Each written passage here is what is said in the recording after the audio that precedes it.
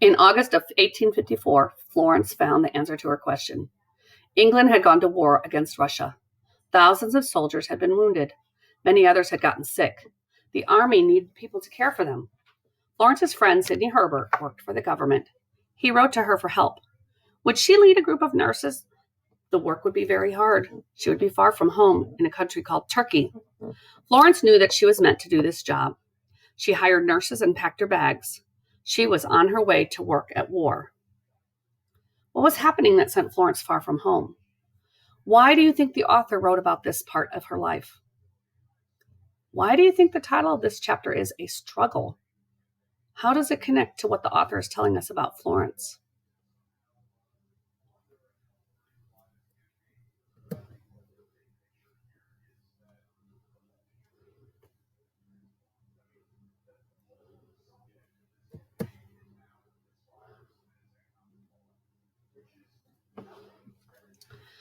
War Nurse, Scutari, Turkey, November 5th, 1854. Florence could hardly believe her eyes. She had known that the barrack hospital needed nurses, but she had not expected what she saw now. Predict what you think she saw. The hospital had no beds. Wounded men lay on the floor. There were no clean blankets to keep them warm. There were no clean bandages to cover their wounds. There was hardly even any medicine. Then Florence heard more bad news. The doctors did not want her help. The army had never had women nurses. The doctors did not want a rich lady telling them how to heal people. Florence and her nurses could hear the wounded men crying out in pain, but they could not help. They sewed shirts and made bandages instead.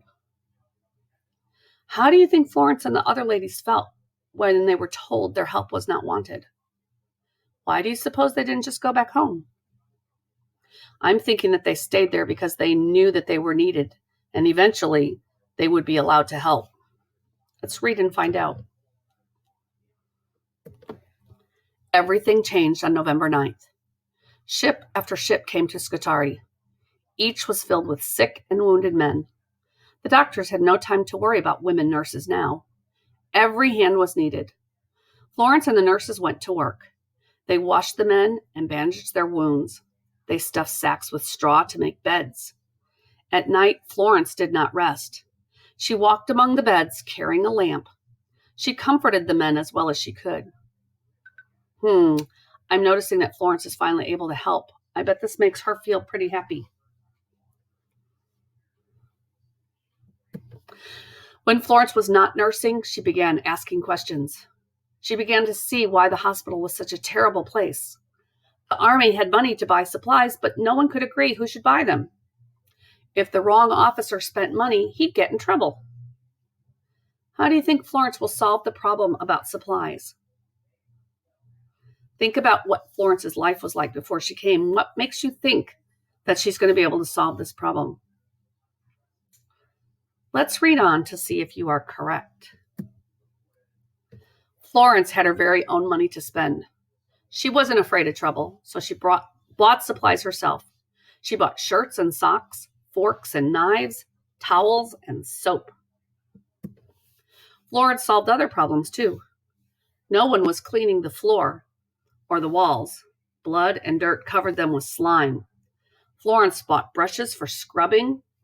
The nurses cleaned the hospital themselves. No one was washing the soldiers' clothes, so Florence paid soldiers' wives to do the work. I'm noticing that Florence did whatever she could to help the injured. Slowly, the barrack hospital became less miserable. The soldiers knew who to thank, Florence Nightingale. They kissed her shadow as she walked past the beds. How did the soldiers feel about her, and how do you know? What do you see in the text that tells you how they felt about Florence? We'll be back in a minute to finish.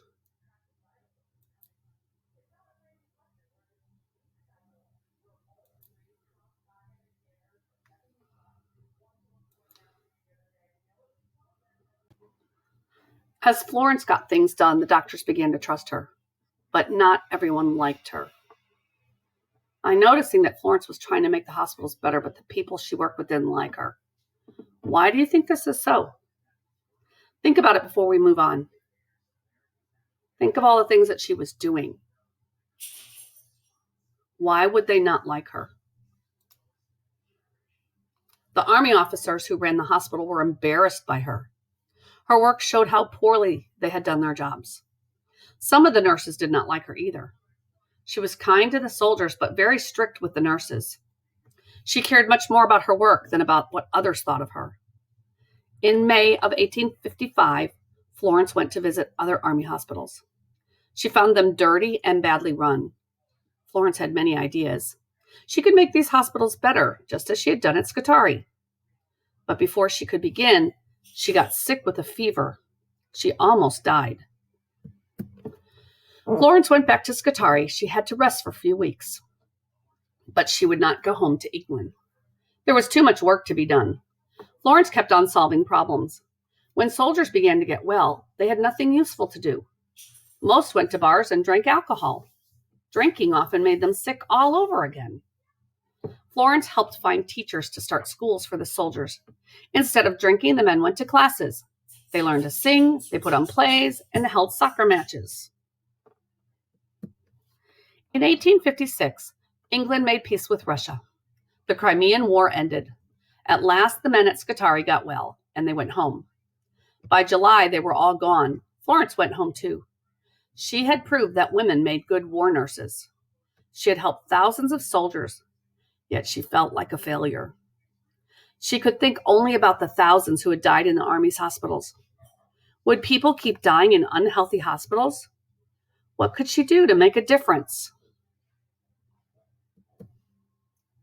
The author tells us that the war was now over, but Florence still felt like she needed to do more. Why is this important for us to know? I'm thinking the author is going to give us this information as we continue to read. Let's see and find out.